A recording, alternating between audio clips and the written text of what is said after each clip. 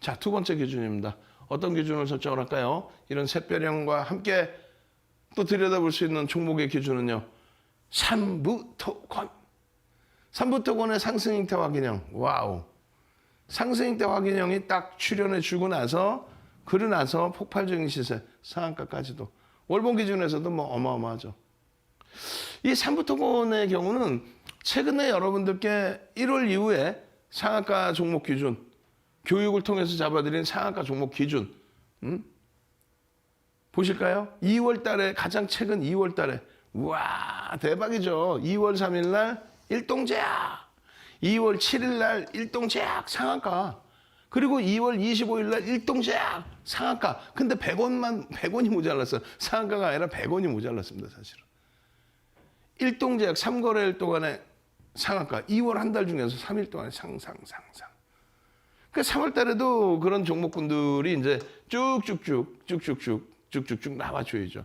3월 2일 날은 미래생명자원, 그리고 3월 3일 날은 넥슨지치, 넥게임즈.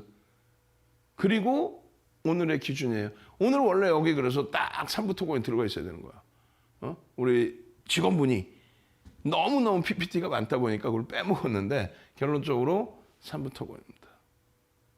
삼부토건. 3월 10일의 기준에.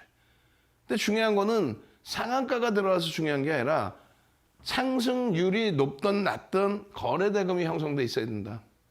환급성이 있어야 된다. 거래대금 없는 건 아무 의미가 없습니다. 삼부토건 왜 올랐어요? 뭐 이슈가 있으니까 올라왔겠죠. 삼부토건 왜 올랐어요? 펀더멘탈적으로 어마어마한 그런 검증된 내용 혹은 공시가 나와서 올라갔느냐? 그건 아니다. 그래서 여러분들께 항상 종목을 말씀드릴 때 이런 기준을 잡아드립니다. 어떤 거요? 펀더멘탈적으로 확인해야 될 게 너무 많다.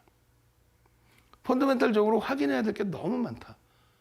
그러니까 삼부토건 같은 경우에는 지금의 기준에서 대주지분이 아마 11%인가 그럴걸요? 실적도 제대로 잡혀있지도 않습니다. 결론적으로는 펀더멘탈적인 부분을 놓고 보는 게 아니라 이슈죠. 건설주에 대한 이슈. 3월 4일부터 불기둥 마스터님이 삼고초려에서 딱 모셔왔더니 그냥 신풍제약 잡아내시고 이렇게 건설주 그 이전부터 잡아내시고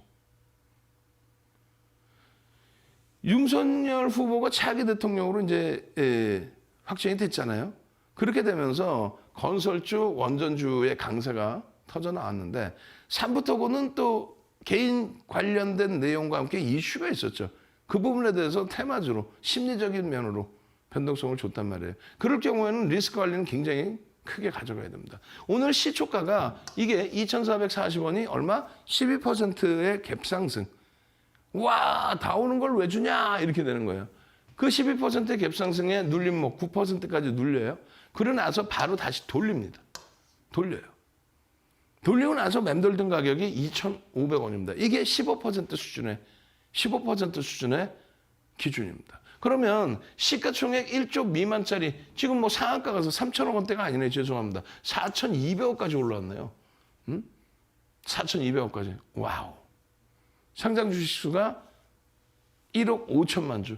그 기준에 종가가 2,800원 수준이기 때문에 4조를 훌쩍 넘는. 3조 원대에서 상한가 들어가서 4조를 넘기는. 와우. 저는 3천억 원대 초반인 줄 알았더니. 환급성이 뒷받침되는 흐름이기 때문에 1조 이상짜리, 1조 이하짜리 종목은 15%까지. 그리고 아주 특이한 케이스. 시가총액이 작은데 어마어마한 변동성. 사실은 그것은 고빈도 거래입니다. 삼부토건을 누군가가 그냥 매집을 해서 메이저가 갖고 간다? 그건 불가능해요. 왜? 시가총액이 상한가 가서 4천억 원대이기 때문에 결론적으로 매집을 할래야 매집을 할 수가 없어요. 매집을 하면 바로 지분 신고를 해야 돼. 결론적으로는 금융당국에서 불법으로 규정해 놓은 선제치에서는 뭐 불법이 아닙니다만 고빈도 거래라는 거래가 있어요. 고빈도 거래.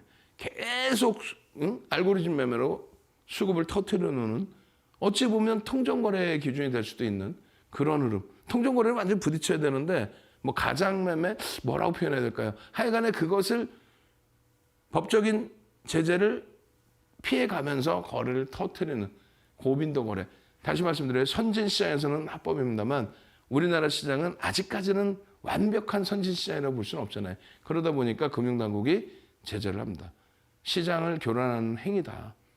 그렇게 해서 제재를 하는데 일단은 전체 종목을 다 제재를 하기 어렵기 때문에 어찌됐건 그런 매매 기준에서의 흐름, 이슈 부분, 오케이.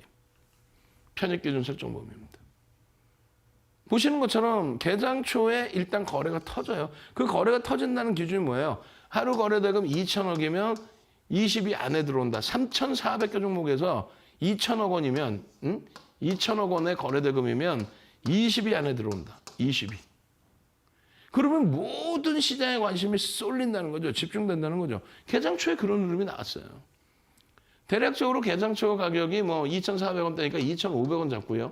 2천억 잡히려면 얼마? 800만 주가 터지면 됩니다. 800만 주의 기준에서 9시 10분까지 얼마? 10분의 1. 죄송합니다. 8천만 주, 죄송합니다. 8천만 주. 그럼 10분의 1이면 얼마예요? 800만 주만 터지면 돼요. 9시 10분까지. 그리고 10시까지 기준에서 얼마? 30%, 2,400만 주. 이런 식으로 계산하면 되는데 이 위치가 얼마예요? 이게 벌써 500만 주입니다. 여기가 500만 주, 여기가 400만 주, 300만 주, 800만 주. 800만 주에 양봉으로 돌려놓고 있다? 음봉이 살짝 떨어졌다가 꼬리가 달렸다가 양봉으로 돌려놨다. 여기가 1차적으로 편입의 기준. 매직 시그널의 매수사인. 또 매직 시그널의 매수사인, 거래량 수반된 매직 시그널의 매수사인의 양봉의 기준, 앞전 고점을 넘기는 흐름들의 기준. 이게 2,500원대의 기준이에요. 좀 전에 말씀드린 것처럼 2,500원대 15% 수준까지는 따라붙을 수 있다. 가장 최초의 기준은 12%. 그러고 나서 고점 대비해서 미끄러져. 혹은 상한가 대비해서의 기준점이야. 그럼 우리는요. 고점 대비해서 미끄러지면 차익 실현 범위를 설정한다. 어떻게? 1.5에서 2% 수준. 그 수준의 절반 이상. 나머지 전량은 3%에서 4% 수준. 그리고요. 상한가에 진입을 해도 매수 전량의 50% 이상은 차익 실현한다. 상한가 이탈하면 뭐 전량 차익 실현이죠. 그리고 이 길에도 시초가 혹은 고점 대비해서 마이너스 2, 3% 밀리면 전량 차익 실현. 이 원칙을 꼭 지키셔야 돼요. 그래야만 여러분들이 어떻게 수익 범위를 완벽하게 가져갈 수 있습니다. 상승 잉태 확인형의 거래가 수반돼 있다. 월봉 기준이에요. 상승 잉태 확인형의 거래가 수반돼 있다. 우리가 배운 게 뭐예요? 여기 2,400원. 요 자락에서의 편입 기준을 설정할 수 있다. 그러고 나서 상한가와 함께 이러한 장대 양보. 마찬가지입니다. 상승 잉태 확인형의 기준이 여기서도 주봉에서도.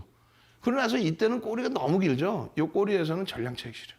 아까 말씀드린 고점 대비해서의 차익 실현 범위. 그러고 나서 이 추세 범위와 오늘의 기준의 거래가 전체 시장의 11위에 달하면서의 상한가. 갭상승이에요. 종가가 여기여서의 양봉에 크게 있다마는 겁니다.